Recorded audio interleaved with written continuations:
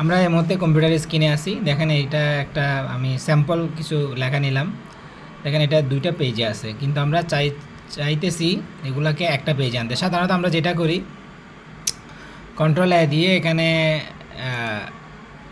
Home button থেকে এখানে font size ছোটো করে করে এভাবে আমরা এক পেজে আনার চেষ্টা করি, কিন্তু আমরা আজকে সেটা দেখব না। আমরা ভিন্নভাবে এটা ট্রাই করব। তো কন্ট্রোল দিয়ে সিলেক্ট করার পর উপরে দেখবেন এখানে একটা বাটন আছে, এই যে শ্রিঙ্ক টু ফিট। এটাতে যদি আমি ক্লিক করি, দেখেন লেখাটা আমার এক পেজে চলে আসলো। কিন্তু এই অপশনটা এখানে কিন্তু সবসময় থাকবে না। এখানে আপনি অপশনটা কীভাবে আনবেন, এই যে পাশে যে কাস্টমাইজ ক্লিক অ্যাক্সেস টুলস আছে সেটাতে ক্লিক করবেন। ক্লিক করার পর নিচে যে মোর কমান্ড বাটন দেওয়া আছে, মোর কমান্ডে ক্লিক করবেন। এখান থেকে চলে আসবেন, এই যে উপরে পপুলার কমান্ড লেখা আছে, এখান থেকে অল কমান্ডে ক্লিক করবেন। তারপর একদম নিচের দিকে এখানে অ্যারো থেকে একদম নিচেতে চলে আসবেন। যেহেতু আমরা ওই যে শ্রিঙ্ক টু ফিট এই অপশনটা আনতে চাচ্ছি, এখানে আপনি লেখা দেখবেন শ্রিঙ্ক 1 পেজ, এই ধরনের অপশনটা দেখবেন।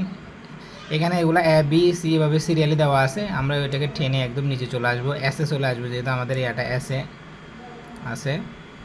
এখান থেকে আমাদেরকে এটা খুঁজে বের করতে হবে। আমার এখানে অলরেডি অ্যাড করা আছে, তো এখান থেকে আপনারা এটা খুঁজে বের করে জাস্ট এখানে অ্যাড করতে হবে। আমি আগে এখান থেকে যেহেতু এখানে অ্যাড করা আছে, এখান থেকে আগে রিমুভ করে ফেলি। রিমুভ হয়ে গেল। এবার আসেন, এবার এখান থেকে আমরা এটা অ্যাড করব।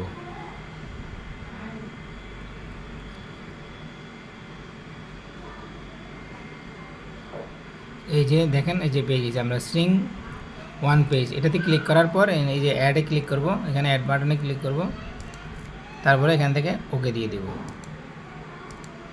ওকে দিয়ে দিলে অপশনটা এখানে উপরে চলে আসবে।